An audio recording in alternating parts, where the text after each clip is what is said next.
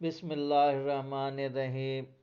معجزات قرآن میں آج جس واقعہ کا ذکر کریں گے وہ ہے سامری جادوگر اور اس کا بچڑا۔ فرعون کی ہلاکت کے بعد بنی اسرائیل اس کے پنجے سے آزاد ہو کر سب ایمان لائے، اور حضرت موسیٰ علیہ السلام کو خداوند کریم کا یہ حکم ہوا کہ وہ 40 راتوں کا کوہ طور پر اعتکاف کریں۔ اس کے بعد انہیں کتاب توریت دی جائے گی۔ چنانچہ حضرت موسیٰ علیہ السلام کوہ طور پر چلے گئے اور بنی اسرائیل کو اپنے بھائی حضرت ہارون علیہ السلام کے سپرد کر دیا۔ آپ 40 دن تک دن بھر روزہ رکھتے اور ساری رات عبادت میں مشغول رہتے۔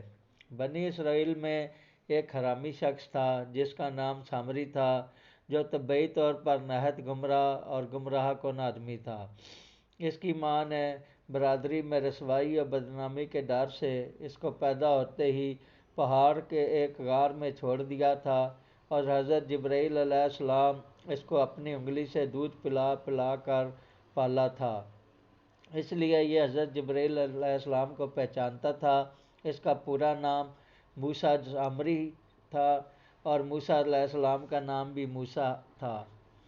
موسیٰ سامری کو جب جبرائیل علیہ السلام نے پالا تھا، اور حضرت موسیٰ علیہ السلام کی پرورش فرعون کے گھر میں ہوئی تھی، مگر خدا کی شان کہ فرعون کے گھر میں پرورش پانے والے موسیٰ علیہ السلام تو خدا کے رسول ہوئے، اور حضرت جبرائیل علیہ السلام کا پالا ہوا موسیٰ سامری کافر ہوا، اور بنی اسرائیل کو گمراہ کر کے اس نے بچڑے کی پوجا کرائی۔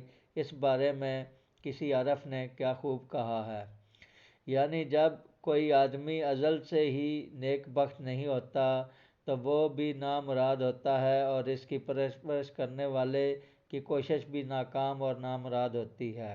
دیکھ لو، موسیٰ سامری جو حضرت جبرائیل علیہ السلام کا پالا ہوا تھا وہ کافر ہوا، اور حضرت موسیٰ علیہ السلام جو فرعون کی پرورش میں رہے وہ خدا کے رسول ہوئے۔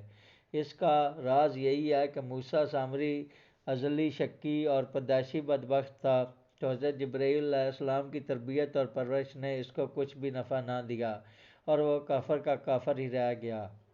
اور حضرت موسیٰ علیہ السلام چونکہ ازلی سعید اور نیک بخت تھے، اس لیے فرعون جیسے کافر کی پرورش سے بھی ان کو کوئی نقصان نہیں پہنچا۔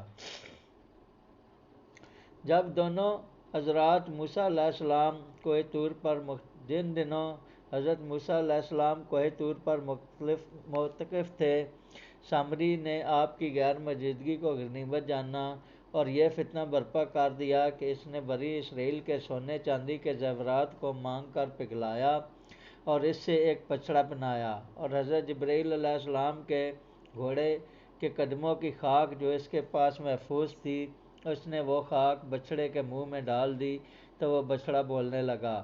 پھر سامری نے بنی اسرائیل سے یہ کہا کہ اے میری قوم، حضرت موسیٰ علیہ السلام کوہ طور پر خدا عز و جل کے دیدار کے لیے تشریف لے گئے ہیں، حالانکہ تمہارا خدا تو یہی بچڑا ہے، لہذا تم لوگ اس کی عبادت کرو۔ سامری کی اس تقریر سے بنی اسرائیل گمراہ ہو گئے، اور 12,000 آدمیوں کے سوا ساری قوم نے چاندی سونے کے بچڑے کو بولتا دیکھ کر اس کو خدا مان لیا، اور اس کے آگے سر بسجود ہو کر اس بچڑے کو پوجنے لگے۔ چنانچہ خداوند قدوس کا ارشاد ہے، اور موسیٰ کے بعد اس کی قوم اپنے زیوروں سے ایک بچڑا بنا بیٹھی، بے جان دھڑ کا گائے کی طرح آواز کرتا۔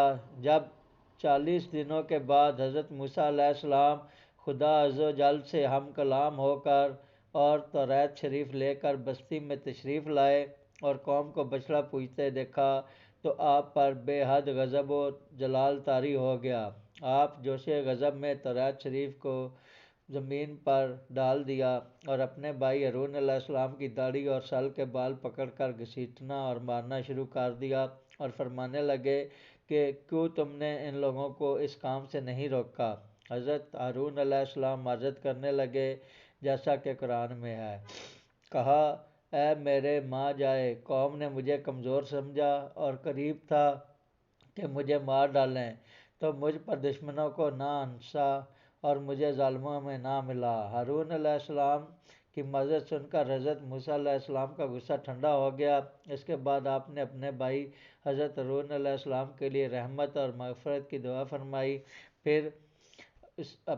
پھر اپنے اس بچڑے کو توڑ پھوڑ کر اور جلا کر اور اس کو ریزہ ریزہ کر کے دریا میں بہا دیا۔ مذکورہ بالا قرآنی واقعہ سے خاص طور پر دو سبق ملتے ہیں۔ اس سے علماء کرام کو یہ سبق ملتا ہے کہ علماء کرام کو کبھی اپنے مذہب کے عوام کی طرف سے غافل نہیں رہنا چاہیے، بلکہ ہمیشہ عوام کو مذہبی باتیں بتاتے رہنا چاہیے۔